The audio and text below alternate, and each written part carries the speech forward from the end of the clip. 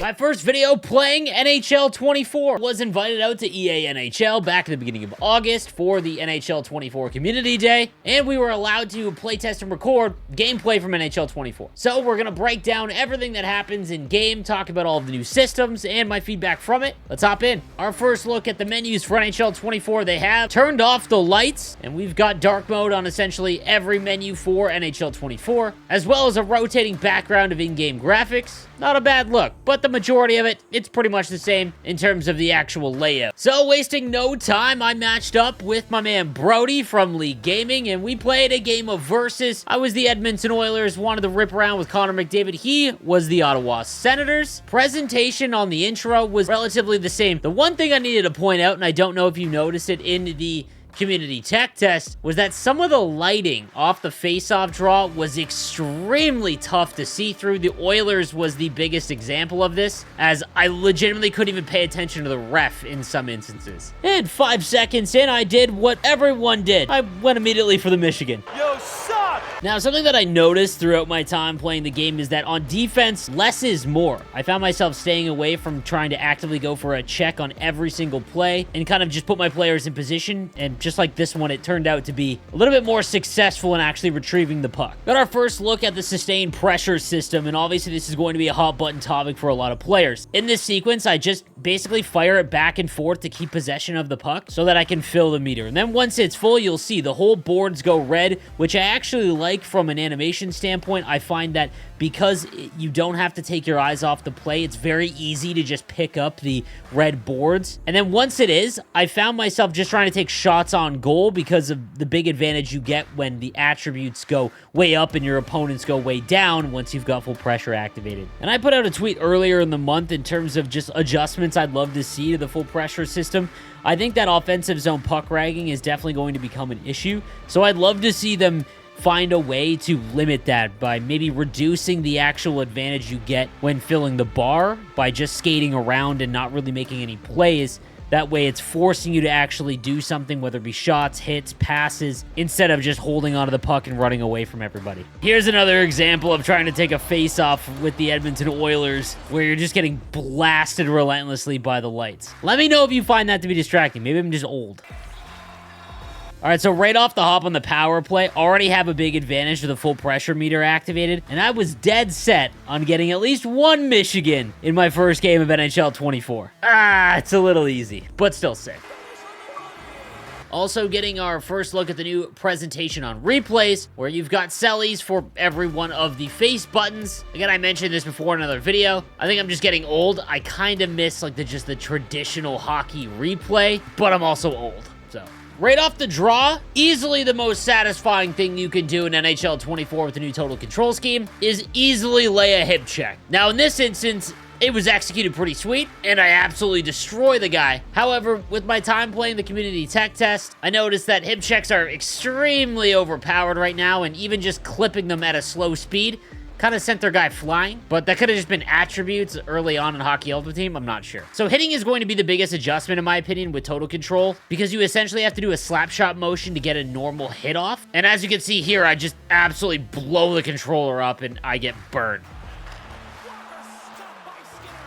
Another major adjustment with the total control scheme. I don't know if anyone realized how much you actually click in the right stick when you're shooting. This worked out for me, but if you're using total controls, it is definitely tough to get used to the fact that you legit can't click in the right stick, or you're gonna do a reverse check animation and not shoot the puck in big moments. Another thing I definitely noticed a lot while playing the community technical test was the fact the nets just come off way too much, especially if you just run into them. It was an easy way to kind of get out of trouble as well. So vision control passing is definitely going to be something a lot of people utilize. I actually found it more useful on the breakouts and things like that as opposed to in the offensive zone. Not so much as a tool to use to actually make passes, but to just see where players are. I found it extremely helpful with just the little icon to pop up above their head to find different lanes and things like that. So I think that's how I'm going to utilize it the most. So he takes me down, and I actually get a couple power plays here, but I want to point out the boards. I actually really enjoyed the fact that they showed everything along the boards, not just the full pressure meter. While I can't stand it in the actual NHL, I low-key enjoy it being used in this aspect. Let me know in the comment section down below your thoughts on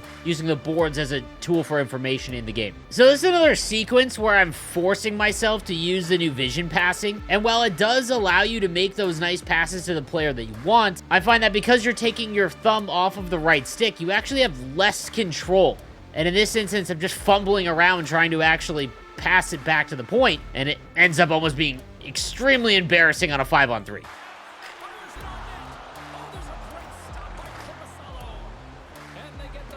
Again, another really satisfying thing to pull off is the reverse hit. However, I found that when I played Versus specifically, it was pretty overpowered. I mean, Zach Hyman here absolutely destroys his man and then just keeps on going, and I almost pot one. And if you watch my content in 23, you know I love setting up tip shots. It's so stupid fun.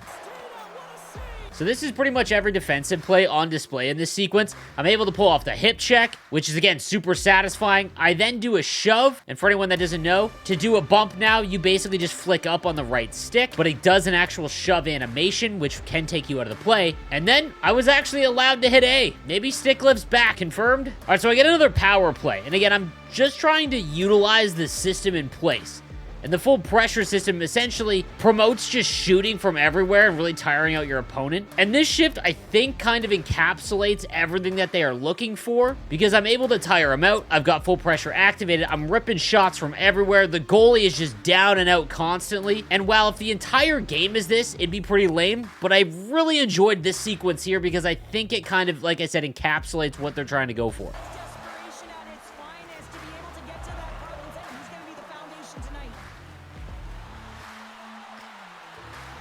Yeah, it really takes some time to get used to the new controls. Just a bit outside. Yeah, the more I watch this back, it legitimately feels like a rave.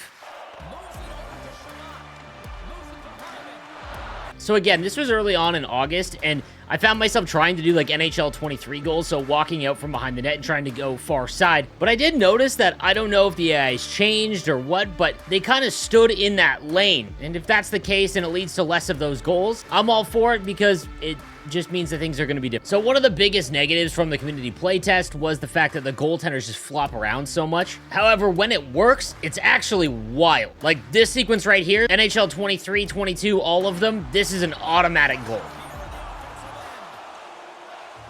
One of the biggest adjustments is trying to use the protect puck now with total control because you no longer just hold A. You've got to like click in the left stick and move it left and right, and it looks really awkward too. Not something I'm probably going to utilize if I use the total control scheme. Another thing I tried to do was some of the go-to goals from NHL 23 in the far side post shot or the Pogues play. It looks like the backside defenseman will sit in the lane a little bit more. It's still possible to be done, but it wasn't as easy. All right, so this is the first time in the game where I'm getting like crushed in my own zone. And because the meter drains on your players so hard, I ran out of energy with all my guys really quickly. And I played it way too passive. And I feel like as the year goes along, that's not going to be the case. Even in the community playtest, I was way more aggressive, even with my guys completely out of gas. Basically, all I'm doing is just trying to stay in front of the guy who's shooting on my goaltender. On top of that, just trying to make sure that they're forced to the outside. I will say that I hold on to the puck with my goaltender way more to try and get a face-off, because playing the puck out and you not getting it, your guys are completely gassed. So that's something definitely to pay attention to, and I think you're going to see a lot more covers in NHL 24. So time ticks down, and that completes my first game in NHL 24.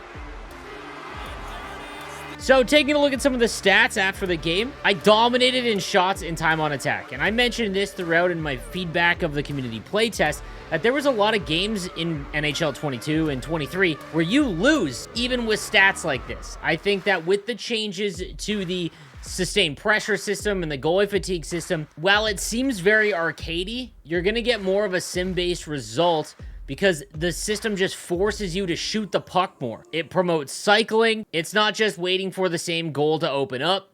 at least early on in the playtest. So this kind of mirrors how my games went in the community playtest, where if you dominate, more than likely you're going to win now. So there you have it, my first game in NHL 24. Let me know what you think in the comments section down below, and make sure you subscribe if you haven't already for the most up-to-date news, tips, and info for NHL 24. I'll see you next time. Have a good one.